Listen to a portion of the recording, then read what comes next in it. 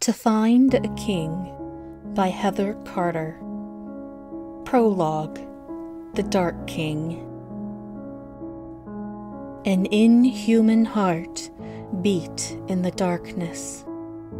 The king of stars and shadows lay in wait, watching his love from the cold astral realm between worlds. For so many years, so many lifetimes, he pined for the queen that had been the sole source of light in his bleak existence. Her face was the only thing that stirred his dark soul. Her spirit was still there, waiting to resurface. Her face, her laugh, her figure, all there in one singular form that haunted his every moment.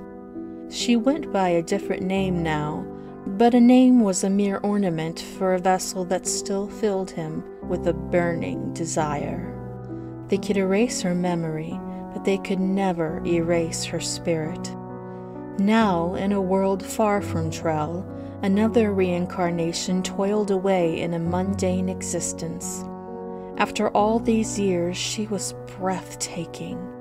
To see her sparkling green eyes so worn with the cares of mortal life was a crime. Fit to be the queen of stars, his love deserved so much more.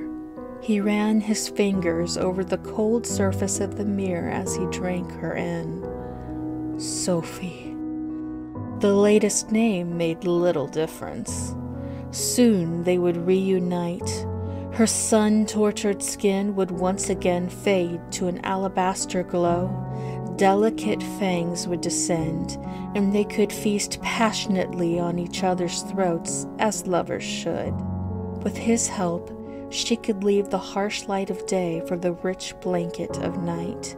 There they could rule over the things of the underground. The goblins, vampires, and all things in between would celebrate with glee to see him ascend to his full power once more. For now, he would lie in wait, yearning for the moment he could wrap her in his arms again. After all, a king needed a queen, even a king of monsters. "Your Majesty," said a small, gravelly voice.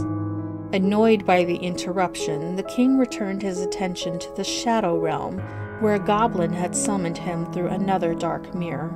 It folded its long, gangly arms primly over its green, bulbous body, as if it made it somehow less repulsive.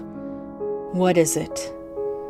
"It's time. The spell is at hand."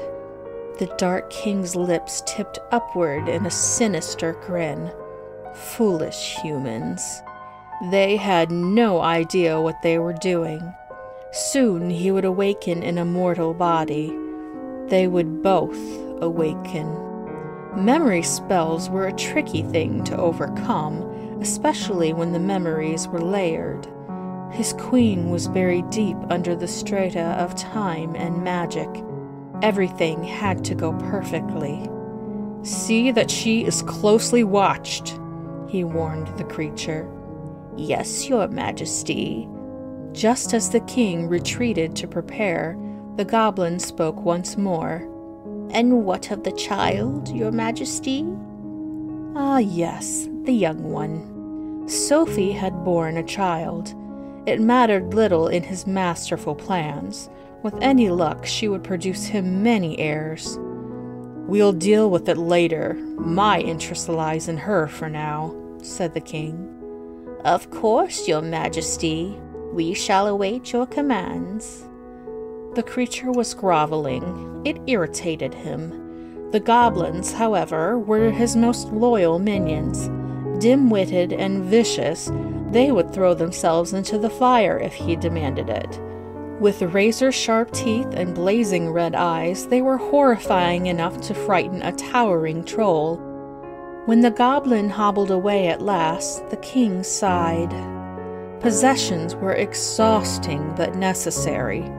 He had been called many things: dark fae, vampire, demon, but none of it mattered. Without his original form, he was limited. Eons ago, he was the most desired man in the entire kingdom, if not the world. He could have had anyone he wanted, but from the moment he saw her face, he knew there would never be anyone else. Now a damned spell was the only thing keeping them apart, and it would take another equally powerful one to overcome it. He gazed upon her once more as she shuffled paperwork at her desk. Her eyebrows knitted as she looked at her computer screen again and cursed. She had twisted that lovely dark hair of hers and clipped it up, exposing that graceful neck that made him lick his lips. His fangs throbbed for her. The torment of being apart physically would end soon enough. If all went according to plan, they would never be apart again. He caressed the glass once more. "The era of darkness is coming, my queen, and we will rise